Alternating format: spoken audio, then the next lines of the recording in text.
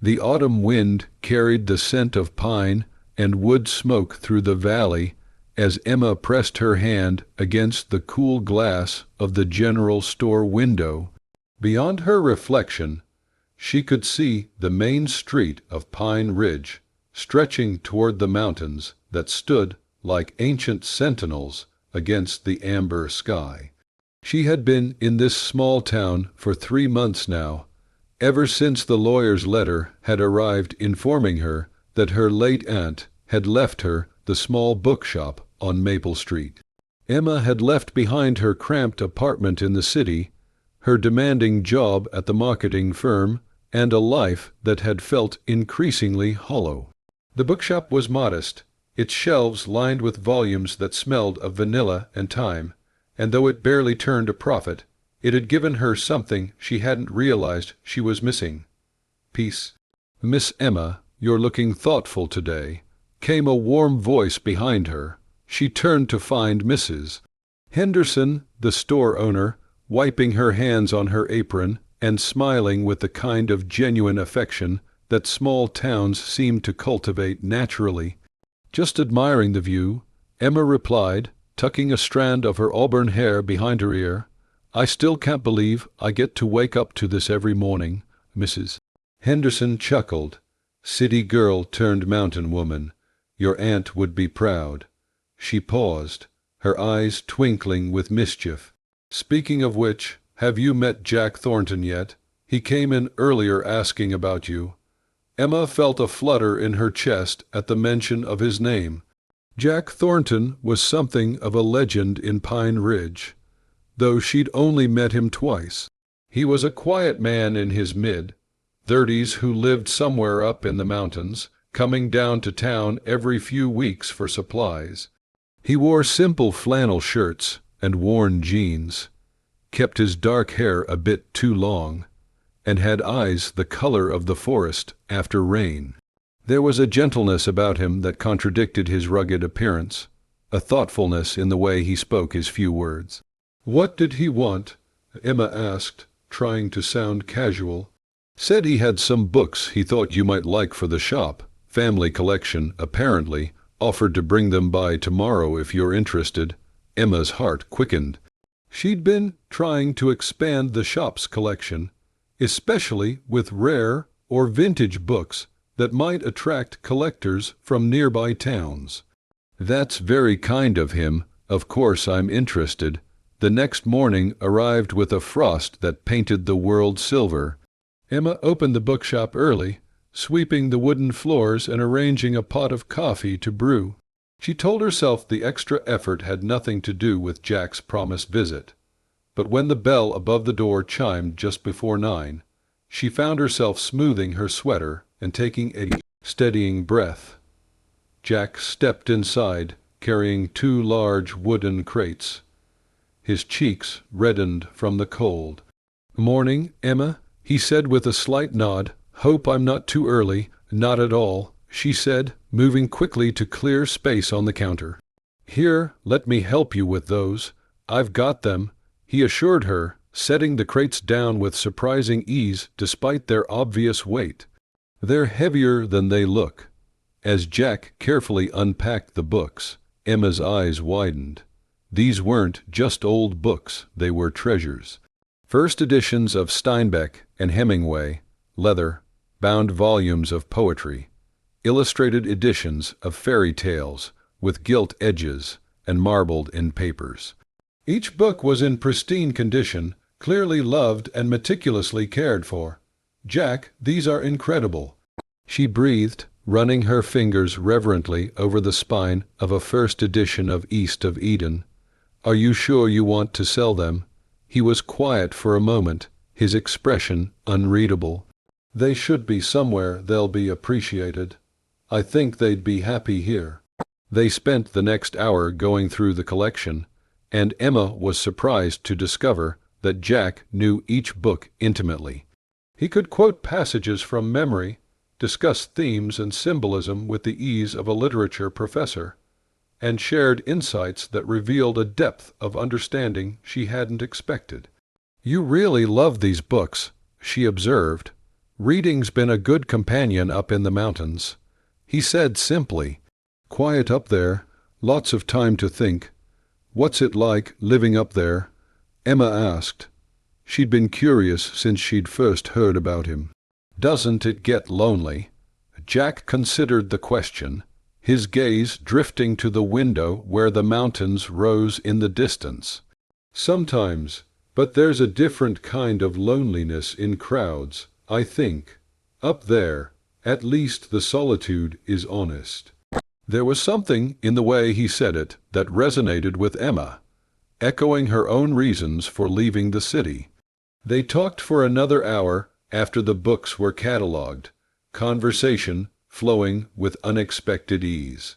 Jack told her about the wildlife he encountered, the way the seasons transformed the landscape, the satisfaction of living simply. Emma found herself sharing things she hadn't told anyone in Pine Ridge. Her failed relationship back in the city, her father's death 2 years prior, the feeling that her old life had been like wearing shoes that didn't quite fit. As the morning sun climbed higher, Jack finally stood to leave. "I should let you get back to work," he said, then hesitated. "Emma, I was wondering, would you like to have dinner sometime? There's a place up the mountain, a clearing where you can see the whole valley. I could pack a meal, show you the view at sunset." Emma's breath caught. There was vulnerability in his invitation, a careful hope that touched something deep within her. "I'd like that very much." They arranged to meet the following Saturday, and as Jack left the shop, Emma found herself smiling in a way she hadn't in years. The week passed in a pleasant haze of anticipation.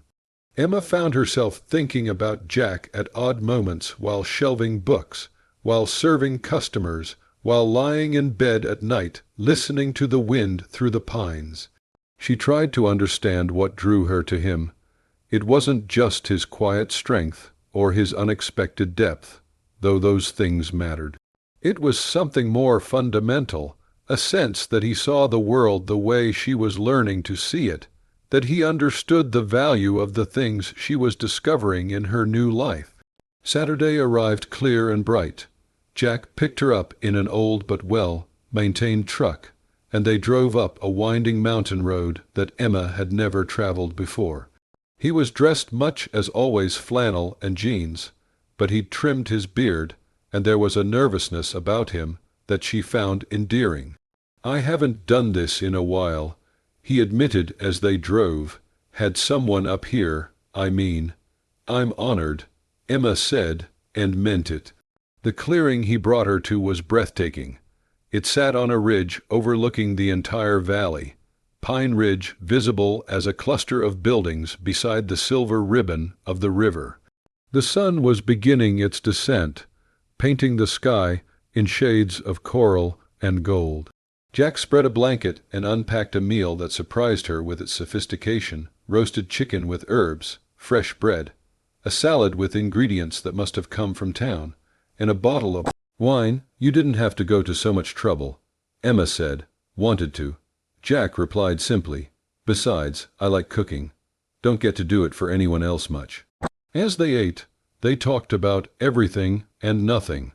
Jack told her about growing up in Pine Ridge, about his parents who had passed away years ago, about choosing to stay in the mountains when he could have left for opportunities elsewhere. Emma shared more about her life in the city, the corporate ladder she'd been climbing that had felt more like a treadmill, the moment she'd realized she was living someone else's version of success.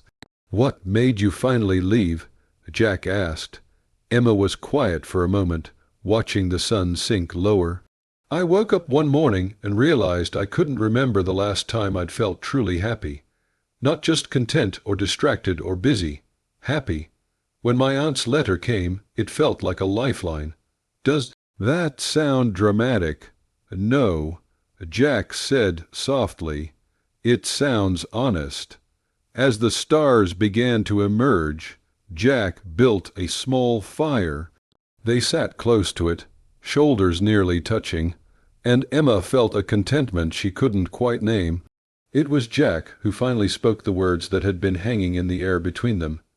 "Emma, I know we haven't known each other long, but I feel like I should be honest with you about something." He paused, his jaw working as if the words were difficult. "I live simply up here by choice, but it's not because I have to. I inherited some money a few years back. Quite a lot, actually. I don't talk about it because people treat you differently when they— No, but if we're going to keep seeing each other, I want you to know who I really am." Emma studied his face in the firelight, seeing the vulnerability there, the fear of judgment. "Thank you for telling me," she said. "But Jack, I don't care about your money. I like who you are. The man who knows poetry by heart, who lives in the mountains because he loves them, who treats old books like treasures. That's who matters to me." Something in Jack's expression shifted, attention releasing. "You mean that?" "I do." He reached for her hand, his rough palm warm against hers. "I haven't felt this way about anyone in a long time, Emma. Maybe never, if I'm being completely honest." "Neither have I," she whispered. They sat there as the fire crackled and the stars wheeled overhead, talking and falling silent by turns, learning the shape of each other's presence. When Jack finally drove her back to town, Emma felt as though something fundamental had shifted in her world. The weeks that followed were the happiest Emma had known. Jack came to town more frequently, always with some excuse: books to trade, supplies to buy, errands to run, but really just to see her. They fell into an easy rhythm, meeting for coffee before the bookshop opened, taking walks through the forest, sharing meals. Emma learned that Jack was not just read but talented in unexpected ways.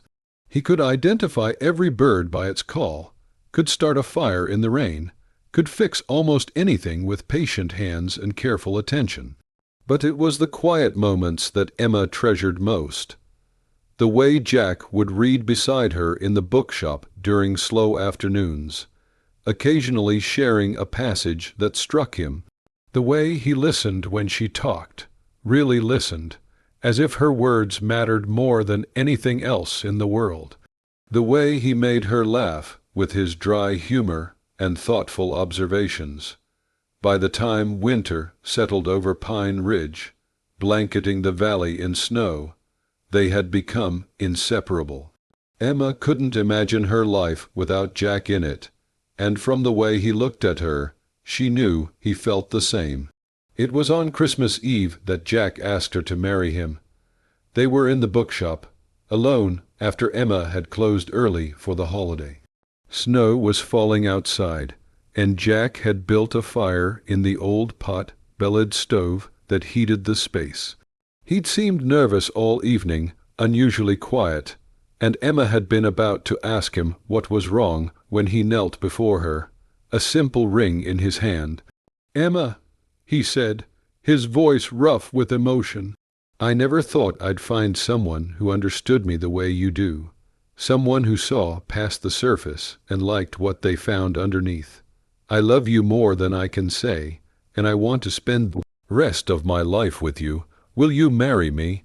Emma's eyes filled with tears. "Yes," she said without hesitation.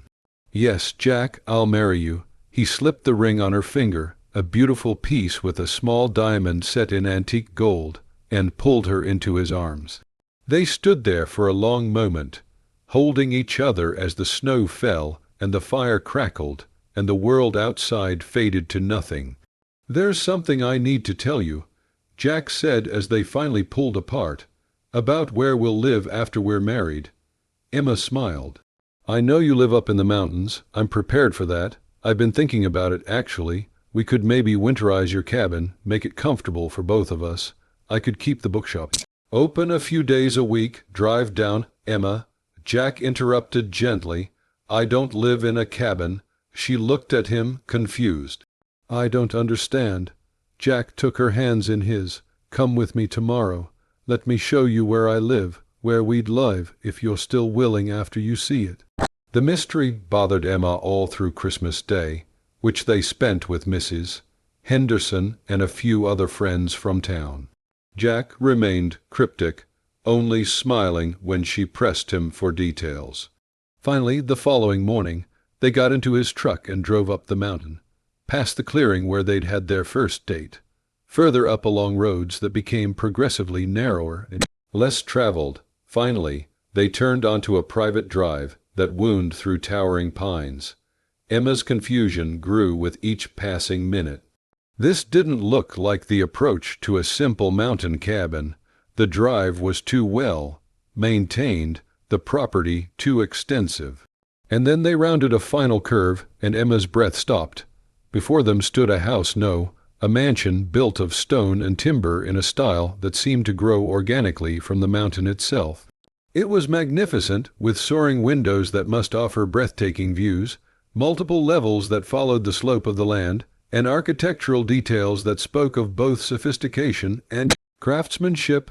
Smoke curled from one of several chimneys, and the grounds, though covered in snow, were clearly well tended. Jack stopped the truck and turned to look at Emma, anxiety clear in his expression. "This is my home," he said quietly. "This is where I've been living since I inherited it 5 years ago." Emma couldn't speak. She stared at the house, then at Jack, then back at the house. "I don't. Jack, this is—" "I know," he said. "I should have told you sooner, but Emma, I need you to understand. I didn't tell you because none of it matters to me. The money, the house, none of it. What matters is having someone to share it with who cares about the same things I care about, books and beauty and living deliberately. Someone who chose this life for the right reasons, not because of what I could give them." Emma was still processing, her mind reeling. "When you talked about living in the mountains, I pictured a cabin," Jack finished. "I know, and I let you think that because I needed to know that you were choosing me, not my circumstances. Was that wrong?" Emma looked at him, this man who had seemed so simple, so humble, and who had turned out to be anything but simple, though no less genuine. She thought about the past few months, about everything they had shared, about the man she had fallen in love with, and she realized that nothing had changed, not really. He was still the same Jack who quoted poetry and understood her silences and made her laugh. "The house was just a house. Show me inside," she said. Relief flooded Jack's face. He helped her from the truck and led her to the front door, which opened into a vast great room with floor-to-ceiling windows overlooking the valley. The interior was as impressive as the exterior, but it was also clearly a home. Books lined the walls, comfortable furniture invited you to sit and stay, and everywhere there were thoughtful touches: a telescope by the window, a music system, artwork that looked original and carefully chosen. "I built this after my parents died and left me their estate," Jack explained as Emma wandered through the space in wonder. "I designed it myself, worked with the architects for 2 years to get it right. I wanted a place that honored the mountain, that felt like part of the landscape rather than imposed on it." "It's beautiful," Emma breathed. "Jack, it's incredible." "There's something else," he said, leading her down a hallway. He opened a door, and Emma gasped. It was a library, a real library with 2 stories of shelves, a rolling ladder, comfortable reading nooks, and the same stunning windows that seemed to bring the outside in. Thousands of books lined the walls, organized and cared for with obvious love. "I've been collecting for years," Jack said softly. "Books have always been my greatest passion, next to the land itself. I thought maybe you'd like to combine our collections, make this space ours together." Emma turned to him, tears in her eyes. "You designed a library." "I did," he admitted. "Even before I met you, I knew that whoever I ended up with would have to love books the way I do. I just never imagined I'd find someone who understood them, and me, as perfectly as you do." She went to him then, wrapping her arms around him and holding tight. "I love you," she said fiercely. "Not because of this house or your money or any of that. I love you because of who you are. But Jack, you have to know, This is overwhelming. I need time to process all of this." "Take all the time you need," he said, stroking her hair. "I'm not going anywhere." They spent the rest of the day exploring the house. Jack showed her the kitchen where he'd learned to cook, the studio where he sometimes painted, the workshop where he built furniture as a hobby. Each room revealed new facets of this man she was learning, she'd only begun to know. But through it all, Emma kept coming back to one truth. The man showing her around this mansion was the same man who had sat with her in the bookshop, reading in companionable silence. The money hadn't changed him. It had simply given him the freedom to be more fully himself. Over the following weeks, Emma adjusted to this new reality. Jack was patient with her questions and her occasional overwhelm. He explained that he lived simply not because he had to, but because he wanted to. Because accumulating possessions for their own sake had never interested him. The house was an exception because it served a purpose. It was a sanctuary, a place designed for reading and thinking and connecting with nature. It wasn't about showing off. It was about creating space for the life he wanted to live. "What about the bookshop?" Emma asked one evening as they sat in the library, a fire crackling nearby. "I can't just abandon it." "I don't want you to," Jack said. "We'll figure it out together. Maybe hire someone to help run it, keep it open fewer days a week. Or maybe we expand it, turn it into something bigger. Whatever you want, Emma. This is your dream." 2. They married in the spring, a small ceremony in Pine Ridge, with their closest friends in attendance. Mrs. Henderson cried, and half the town turned out to celebrate. Emma wore a simple white dress and carried wildflowers, and Jack couldn't stop smiling the entire day. They honeymooned at the house, their house now, spending 2 weeks reading, hiking, and learning to live together in this space that felt increasingly like home. Emma did keep the bookshop, though she hired a young woman named Sarah to manage it 3 days a week. The rest of the time, Emma worked from the library at home, building an online presence for the shop and cultivating relationships with collectors and dealers. To her surprise, the business grew.